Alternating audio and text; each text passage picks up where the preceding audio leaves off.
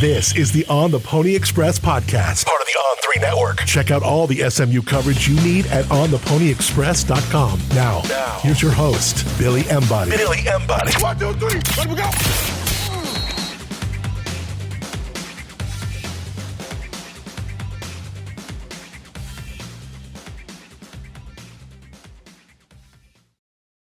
Welcome in, ladies and gentlemen, to another edition of the On the Pony Express podcast. I am Billy Embody.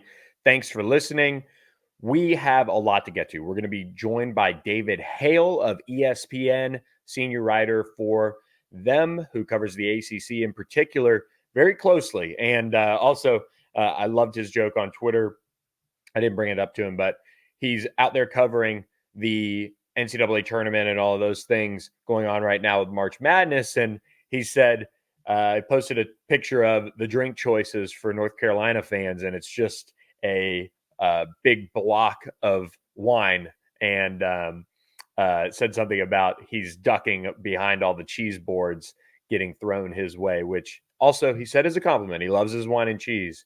And so anyway, I just kind of felt like you could have plugged in SMU on that little barb right there. So anyway, you guys will enjoy David. Very, very good writer there for ESPN. So we're excited to have him on. But we are going to talk a little rankings. The 2026 class was updated. We'll do that. But first, I got to tell you guys, we are presented by our friends at StatusJet. StatusJet.com. Head over there and see all the options that they have. David Henry and his team continue to do it big for their clients, taking that personal touch and attention to detail that you'd expect with a private jet charter company. They can help you buy a plane, sell a plane. If you give them a call at 866-404-9314, find out more about them. Use the code PonyUpACC or mention on theponyexpress.com and get a get a round trip discount, a discount on your round trip through StatusJet. So nothing free on that front, but it is a company that you don't want to consider it free. This is a luxury service that they're providing, and they make it worth it. And they really take care of their clients and do it again with that personal attention to detail. So excited about our partnership with StatusJet. And again, check them out, statusjet.com, proud supporters of SMU Athletics. Look, guys, a lot of you guys follow recruiting at ontheponyexpress.com, which you can join for just $1 to get all the intel that we've got around SMU spring football, recruiting, and more. But one of the things that we do as a part of the On3 network is we celebrate rankings release days. And while the class of 2026 was updated this past week, and we'll have another podcast with one of our rankings team members coming to you guys in the future. But I do want to highlight some of the 2026 prospects that landed in the initial On 300 and kind of talk about them, as it is way early for some of these guys. But nevertheless, SMU has had some of them on campus, and they are targeting them in a big way for this 2026 cycle. Let's lead off with a top 10 prospect for On 3, and somebody that I got a chance to see in the Under Armour Dallas camp this past 2 weekends ago, and that's John Turntine, somebody that SMU has had on campus a couple times now. They're going to get him back. He is one of the nation's best offensive linemen in the entire country. He has really become, I think, one of the potential just true studs in this class. He's about 6'4", 305 pounds, strong technique, and uses a great base both on Friday Night Lights or under the Friday Night Lights and in the camp setting. Some of the tape that, if you search Twitter and find it, from the Under Armour Dallas camp was really impressive. So On3 leading the way, they're placing him as a top 10 prospect in the entire country. He's a major SMU target, a very high academic young man, and SMU is hoping that they can continue to chip away in that recruitment against some of the heavyweights out there. And then another top 50 prospect that I wanted to highlight, and look, SMU did just offer Dia Bell, the 4-star quarterback who is from the Miami area, son of Rajah Bell, the former NBA player, and he's the nation's number 2 quarterback. But that's kind of a long shot right now, so we're going to skip over him and move on to a guy that I think SMU has done a nice job early on in recruiting. And here we go. On3 leading the way again on a guy to move him all the way up inside the top 50. Jamarian Carlton out of Temple, Texas, top 40, number 45 overall prospect, 5th ranked edge rusher in the country. SMU hosted him for that junior day. I think he's got the frame to maybe grow into a kind of undersized defensive end, defensive tackle, but he is somewhat similar to maybe like an Elijah Roberts is what he ultimately could end up being. So very quiet young man, but SMU has made him a priority early on. Jesse Ford was also at that junior day earlier this year when SMU had a star-studded group on campus. The Arlington Martin edge rusher comes in as the number 63 overall prospect, 8th best edge rusher in the country. You could see he's got some of the nation's top programs, and in particular, some of the state of Texas really representing well there with Jesse Ford. He had a really nice Under Armour camp as well.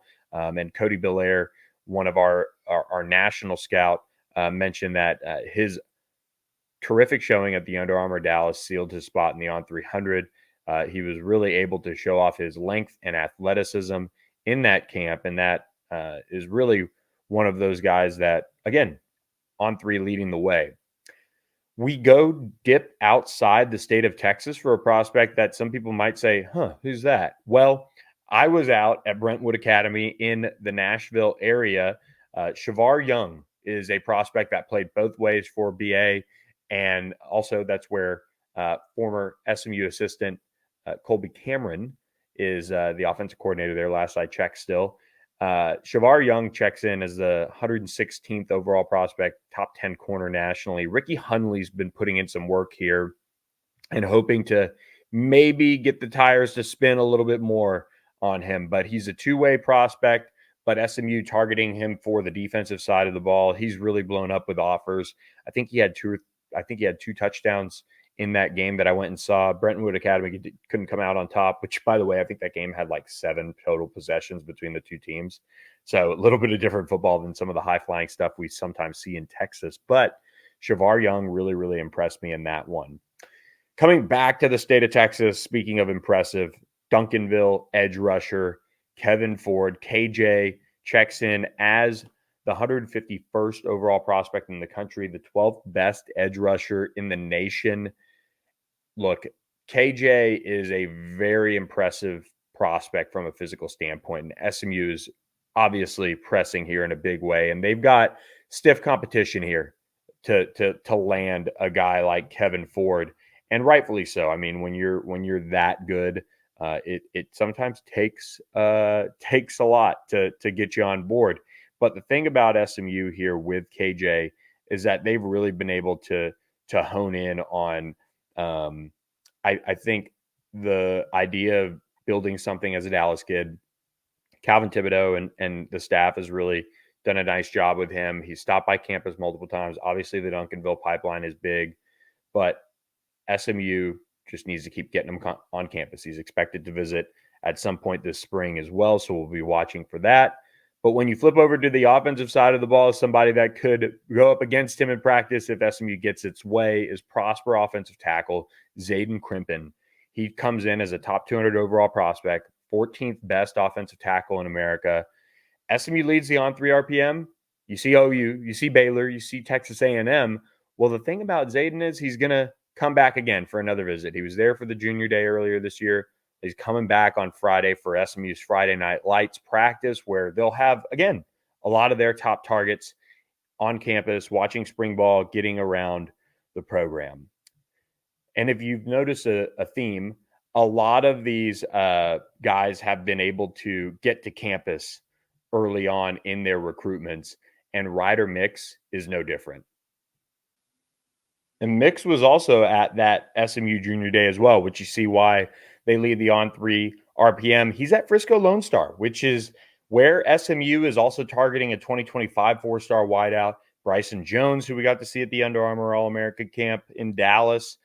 But Ryder checks in as a top 200 prospect, a top 10 tight end. He's got some serious offers on his plate already as well. And keeping in the Dallas area for another pass catcher, Brock Boyd, who I got to see at the Under Armour Dallas camp. And also just saw him on the hoof at SMU practice earlier this month. 6'1". He's listed at 155, but I think he's a little bit heavier than that now. We ranked him right around where rivals already had him, 189, but we've got him as 185th overall prospect in the country and the 21st ranked wideout nationally. So positionally, he's in a much better spot for us, but he is a really refined route runner, somebody that is very comfortable in running routes and knowing how they work and setting them up and things like that. So he has a lot of interest in SMU. You'll be hearing from him in the near future at ontheponyexpress.com if you subscribe for our in-depth recruiting coverage. A new offer that SMU dished out, one that we're still waiting to learn more about, is Jordan Clay out of the San Antonio area. Shout out to San Antonio producing some nice talent lately as well. 6'3", 190-pound wide receiver, checks in just outside the top 200, the 26th overall wide receiver in the nation. He's already checked out UTSA, Baylor, Houston, Notre Dame, and other programs. But SMU just entered the mix and is going to push for him in a big way as well. So he's a name to watch. He did get recognized and is in our On 300. Drew Evers out of Flower Mound, a major SMU target here. You see they're just chasing OU there. Behind the Sooners on the on 3 RPM, Alabama, Texas, and others. This is really one of the top prospects, on the offensive line for Garen Justice. When you look at John Turntine, you look at Drew Evers, and you look at Zayden Crimpin, those are their three guys in 2026 in particular. It's a pretty clear-cut list. There's probably one I'm forgetting or something, but those are the guys for SMU in that class. And Felix Ojo, I believe Felix Ojo is somebody who just missed out on the on 300. He is ranked as an 88 overall. He is ranked as an 88, so just outside the on 300 there. But those are your four guys that they're really honed in on. He's the 251st overall prospect in the country, 21st interior offensive lineman. SMU making some noise in this recruitment. He's been through it, watching his brother go through it, and maybe they can keep him home. Finally, the 300th overall prospect in the country, Zachary Turner out of Duncanville. This is a really impressive prospect who I've really enjoyed getting to watch in 7-on-7. Obviously, ball out for Duncanville. He had a touchdown or two in the state championship game from Keelan Russell. He's a really, really good prospect, and SMU is hoping to make some noise there as well. We have him listed as an athlete, but he could be an edge rusher, could be a tight end, could be a wide receiver. He just has tools. So he snuck in there as a 300th overall prospect in the country. So with that, guys, that is really kind of it on the recruiting front. We're going to have a mailbag subscriber-only podcast. So again, another reason to subscribe to ontheponyexpress.com is for that subscriber-only podcast. But also, we're going to go in depth next week, as long as my baby's not here, on what the Friday Night Lights camp meant. We'll talk more recruiting. We'll do all those things on the subscriber-only podcast. Again, guys, just subscribe to ontheponyexpress.com for just $1 for your first month. Get all the intel, get all the scoop that you guys want and covet around the SMU Mustangs. So without further ado, let's throw it over to David Hale and our conversation with the ESPN senior writer talking about the ACC, some chaos as SMU enters the league. Welcome back to the On the Pony Express podcast. Really excited about our next guest, a first-timer on the Pony Express podcast, ESPN senior writer David Hale. Thanks so much for joining us, David. You've been, beating the miles out there with basketball coverage right now, but college football never stops, and the ACC just gets a little bit more wild every day. Before we get into all the lawyers involved, let's just step back for a second and look at what maybe SMU's coming into with the ACC as it stands for you. What are SMU fans getting themselves into with this league as a whole? Well, it's funny. So I just finished up a press conference with Rick Barnes, who is a Hickory, North Carolina native, but of course coached at Texas for a long time. And he stated in no uncertain terms that he believes North Carolina barbecue is better than Texas barbecue.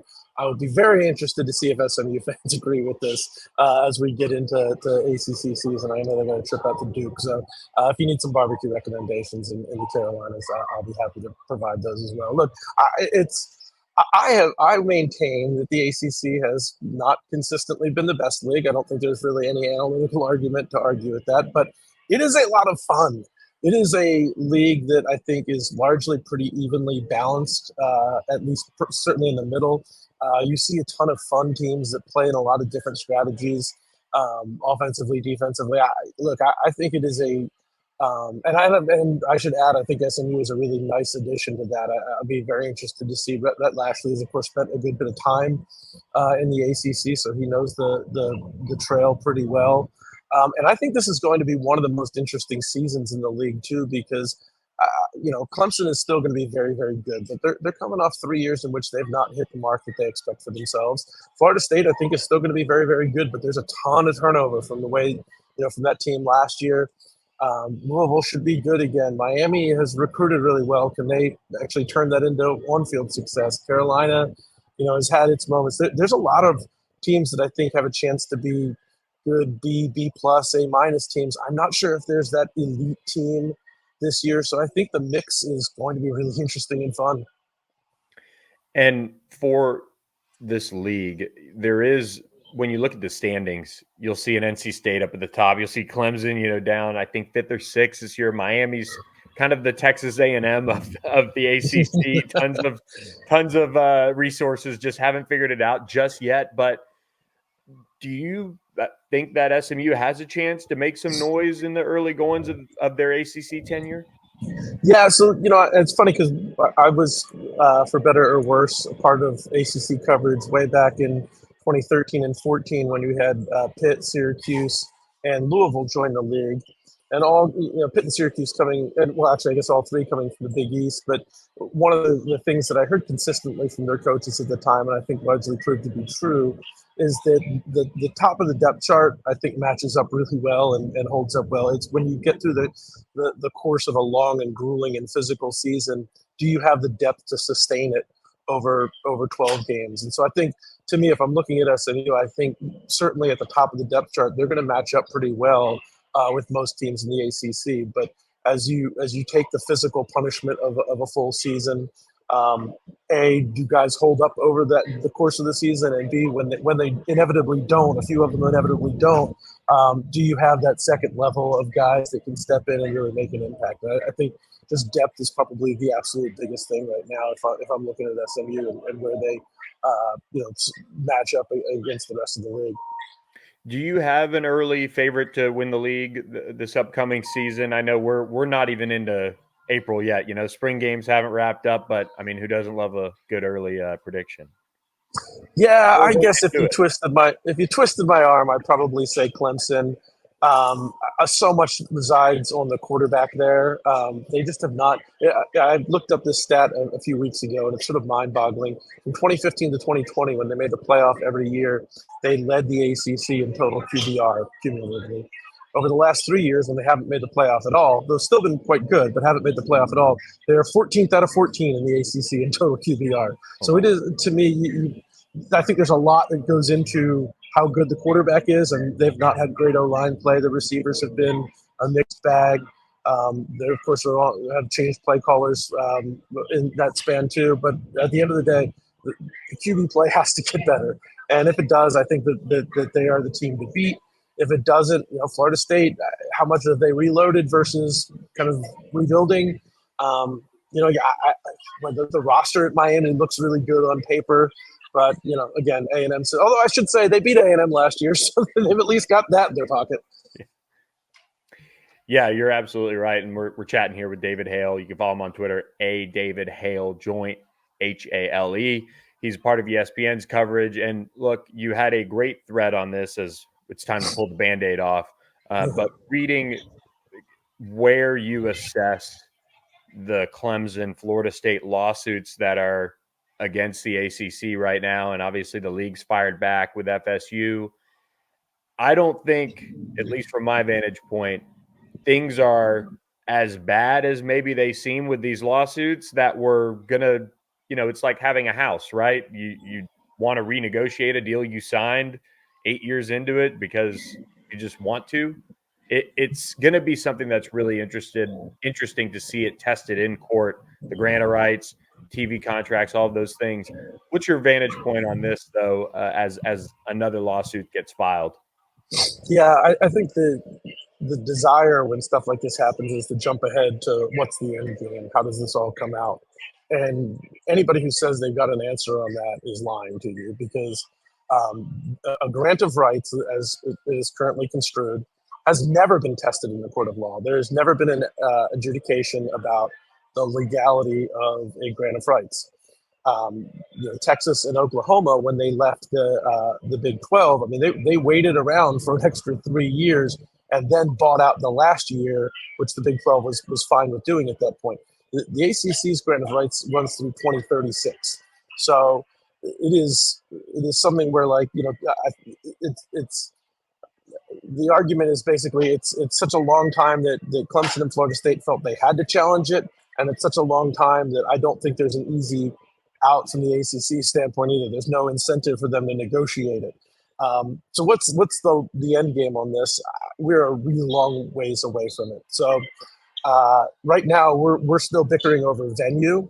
So Florida State has a lawsuit in Florida. The ACC countersued in North Carolina. Clemson just filed suit in South Carolina. We don't even know what state this is going to be tried in.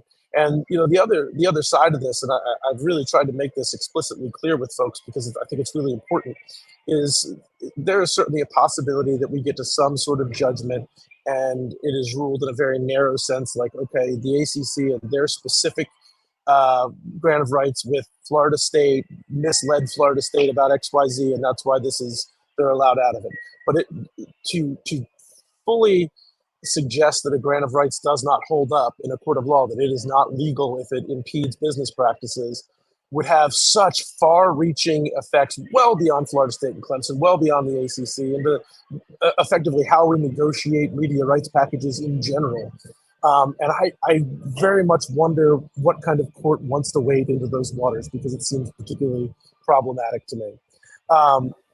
So the short-term answer is Florida State and Clemson are trying to play football at a level that not everybody else in the ACC is trying to play. And they're viewing it as, we have this existential problem of making a lot less money than the Big Ten and the SEC are. And so we want to see what options are open to us. I think there's a lot of theories bounded around right now. I don't think all of them are wrong. I just think all of them are incomplete. And part of filling in the blanks on that is what Clemson and Florida State are doing right now. This is neither of them, and I know this almost seems silly to sort of split these hairs, but neither of them have said we're leaving the ACC. They're both filing a lawsuit to see what their options are. And if it turns out that their options are stick in the ACC or pay $500 million, my guess is they're going to stick in the ACC. So again, we're a long ways away from any sort of conclusion to this debate. Yeah, I'm in agreement with you. And look, when you do something like this, are the odds that if this whole thing is still together in 2036, or I guess in 2034, that FSU and Clemson are going to probably leave? Yeah, I mean, you would think if you sued the league and spent all that money, but that's so far down the line. You made a good point mentioning 2026 to 2029, which is, again, farther down the line of we don't know where college football is going to be. We don't know what will happen. But one other point you noted is that the ESPN and ACC network situation is a good one.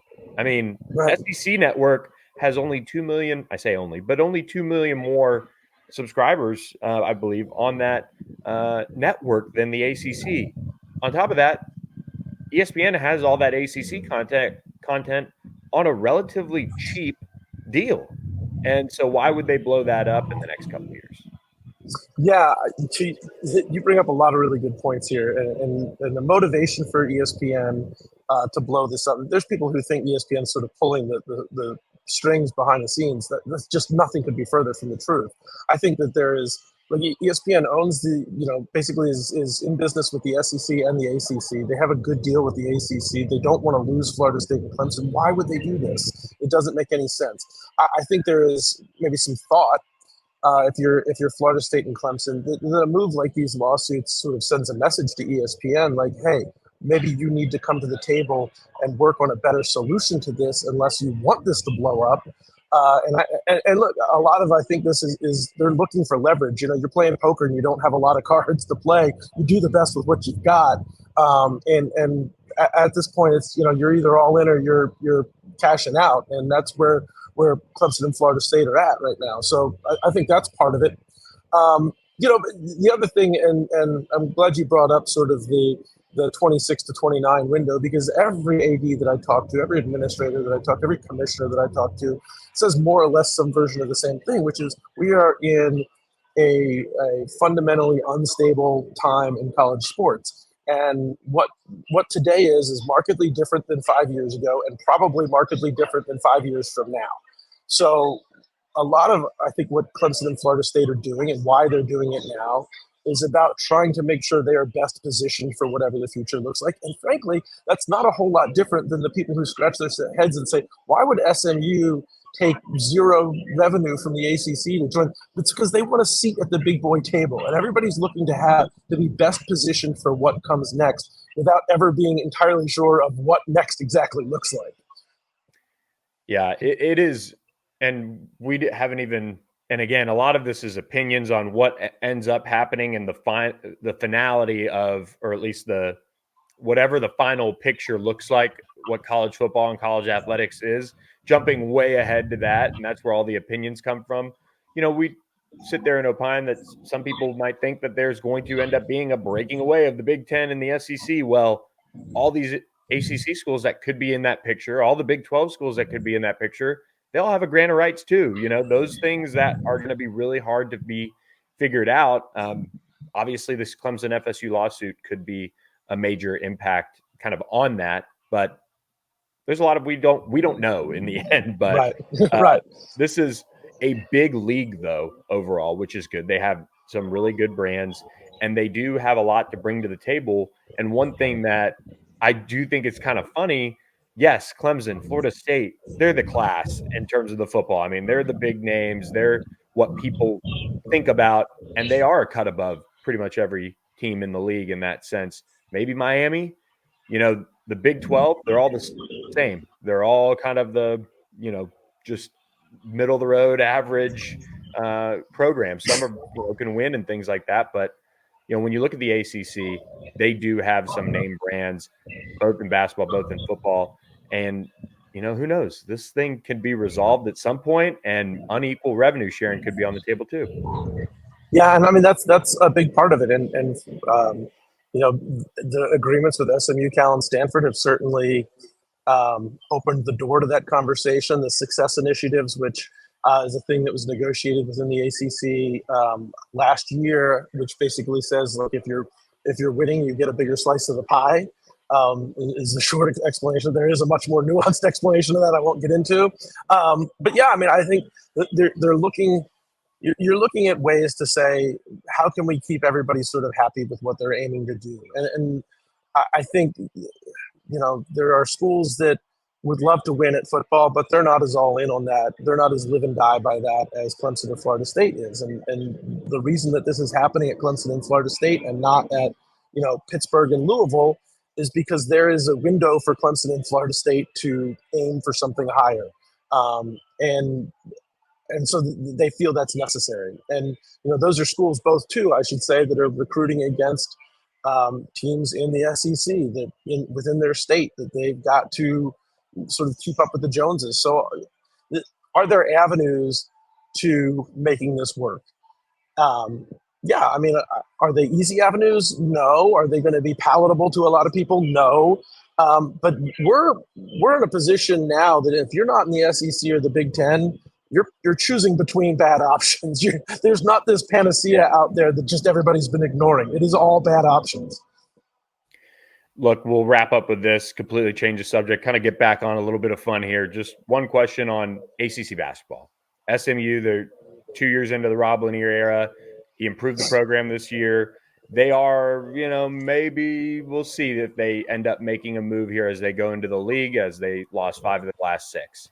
What would you say are some of the trademarks of some of the better teams in the ACC when you look at them from a college basketball perspective, and how have they gotten to that point? Yeah, it's fascinating because the last few years, the ACC has been quote unquote down in men's basketball, though they've done well in the tournament anyway. I think there's one of the interesting questions is sort of if you've got a smaller pie, you've got to divvy up for your budget, and people keep telling you you've got to be invested in football. What does that mean for places that want to invest primarily in basketball? I'm a Syracuse grad. I kind of get where that's coming from. But it is, the history of the league, I think, is unquestionably as deep and great and has so many moments as any league in the country. And I don't think it's particularly close. So, you have an opportunity to go to Cameron Indoor, which I'm a huge Cubs fan. So I can tell you that the 2 worst places to work as a media member are Cameron Indoor and Wrigley Field, but the 2 best places to go watch a game are Cameron Indoor and Wrigley Field. They're both just fucking awesome. So I'm honest. I'm allowed to curse on this podcast. Sorry. Bleep that out. You should watch the wine podcast we have. Go ahead. But So I mean, it's Duke is great. Wake Forest has this great basketball environment. It's really passionate. Louisville, I hate seeing them as down as they've been because that fan base absolutely loves basketball. Again, I went to Syracuse, going to see a game at the Dome. It's as close as you'll get to a football game environment at a basketball game because they'll pack 30-some thousand in there for a game. But even last year Miami was really good. Leonard Hamilton at Florida State is the last true old school basketball coach I think in the country. And if you get a chance to go talk about music or basketball with Leonard Hamilton, it's the best experience you're going to have. And even schools like Georgia Tech that have not been great lately have a really rich history. So basketball is sort of the difficult sort of elephant in the room with the ACC, because I think there's a lot of people who say the ACC's focus on basketball historically is why they've fallen behind the SEC and the Big Ten in football pedigree. And then there's other people that will tell you that being the basketball history of the league is what the league should be clinging to the most and not trying to be somebody else. So it's an interesting debate. It's one I've heard many, many times. The folks in Florida State and Clemson have a little bit different opinion than the folks at Carolina and Duke. Yeah. Well, look, we hope that we'll see at Moody Coliseum this next year as SMU will welcome Duke, Louisville, Syracuse. My dad actually went to Clarkson, 2 hours north of Syracuse. So right on. New York college guys there. So it's good to remind people there are things north of Syracuse. It doesn't the world doesn't just end right there. Exactly. I mean, either way, you are freezing your tail off about 80%. Yeah. Anyway, David, thanks so much for joining us. Follow him at David Hale Joint on Twitter or X, whatever you want to call it. ESPN senior writer. David, appreciate your time, and thanks so much for joining me on the Pony Express podcast. My pleasure. Thanks for having me. All right, enjoy the games. There he is, David Hale, joining us on the Pony Express podcast. Appreciate him for jumping on board with us. Busy man, taking his time there to spend some time with us on the podcast. Quick reminder, guys, check out our friends at statusjet.com. You can find them at statusjet.com to get all the information you need when evaluating your private jet experience. You can give them a call, 866-404-9314. Whether you're looking to buy a plane, sell a plane, or just get from point A to point B with an incredible amount of luxury in a big plane, small plane, medium, helicopter, they can handle every single piece of the puzzle when it comes to flying private.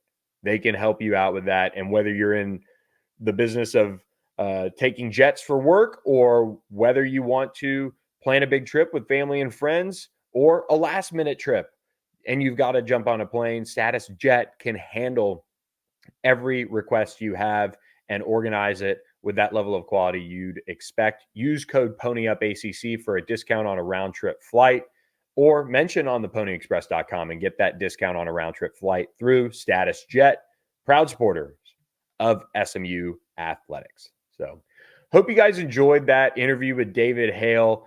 he is going to hopefully be somebody we have on the pod multiple times a year at the very least, because look, the ACC is a different animal, and it is a big league. It is a league that certainly has some interesting storylines away from all the competition right now going on. But at the end of the day, there are a lot of teams to keep up with, a lot of storylines, and we're going to have to lean on some other people that keep an eye on things at a more national level and keep an eye on the trends of some of these programs, whether it be football, basketball, what have you. So David is a great source. Be sure to follow him on Twitter for more information. Appreciate all of you guys who have joined us on this edition of the On the Pony Express podcast.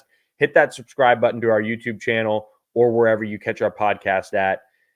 Appreciate you guys who have done that already and who do subscribe to ontheponyexpress.com, which you can do for just $1 for your first month. So hope you guys enjoyed this edition of the podcast, and we'll catch you next time on another edition of the On the Pony Express podcast. Thanks for listening to the On the Pony Express podcast with Billy Embody. Follow us on your socials on X at SMU3 and on Instagram at On3SMU. And keep it locked to ontheponyexpress.com for more coverage.